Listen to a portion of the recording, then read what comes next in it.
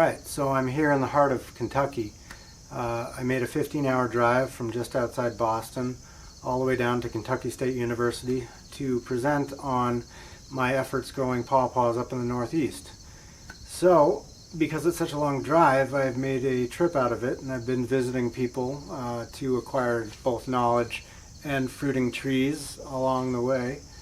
Now, among those visited are Roger Ort, James Dingus, and of course Cliff England, who's about an hour from here. Now, James Dingus you may know from the Pawpaw Chronicles YouTube channel. I found him to be a very intuitive grower. He's very competent at what he does. He has a very interesting operation, and his methods of dealing with the trees are rather specific and fine-tuned. That comes down to things like mycorrhizae and grow bags of a certain type and foliar feeding and things that I don't often see other growers doing, but that are very beneficial for pawpaws as a species. The main thing that I'll remark about his works is that he is a very competent grafter.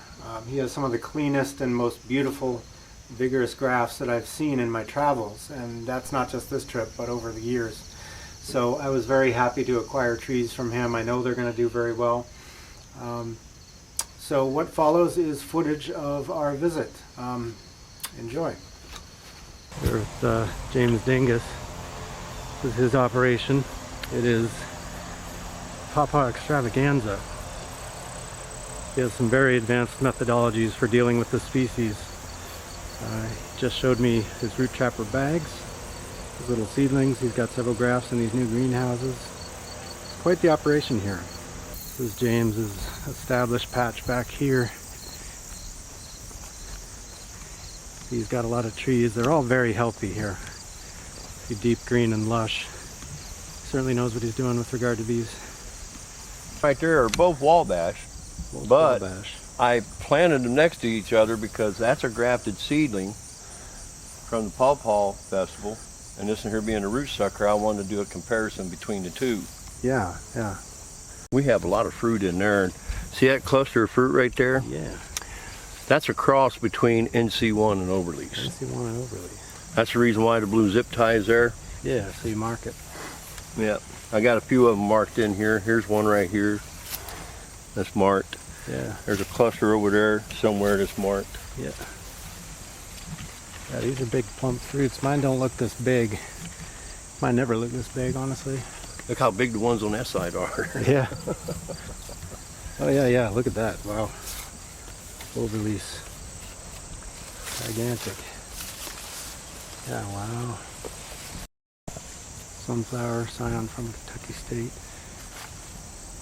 Yeah, sunflower. And I have a cluster right here. This is a cross. Look how big that fruit is. Yeah, wow. This is a cross between NC1 and sunflower. Yeah. Yeah. Green, very green. It has one cluster of fruit. It's the first time this tree is fruited. NC1. The leaf here is markedly greener than the other trees. It's not like that on mine. Wondering if I have the right cultivar. So it did. Another NC1 here. NC1 can make big fruits. Look at this one. Mine hasn't gotten to this point yet. Still inflating, but yeah, wow. This one's a slow grower, at least for me. It grew quick for me. Yeah, interesting. But you know what? Out of 5 trees from One Green World, that is the only one that survived. Yeah. Chip bud graft. I hate chip bud. If the fruit ain't no good, all I'm going to do is come down here, I'm going to cut off here, and I'm going to do 2 bark grafts. Good plan.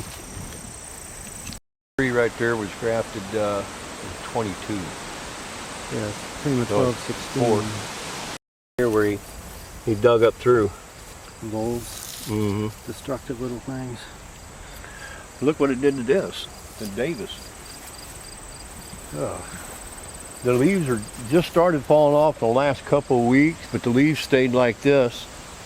This side right here I cut off because it was dead, and then I got growth that came up above the graft line because the graft's down here. Right, yeah. This is deep. Yeah. So we're looking at probably 5 inches of amenities and stuff that I stuck in there. Yeah. We have amenities mixed up here. Yep. More soil. Just to show you, this dirt right here, it came out of, look here, Yeah. this is the very bottom of that hole. Let me show you something. That's sand. Yeah. Oh, and I turn hard, but there's sand in here. There's a lot of sand down in the bottom, but there's no clay.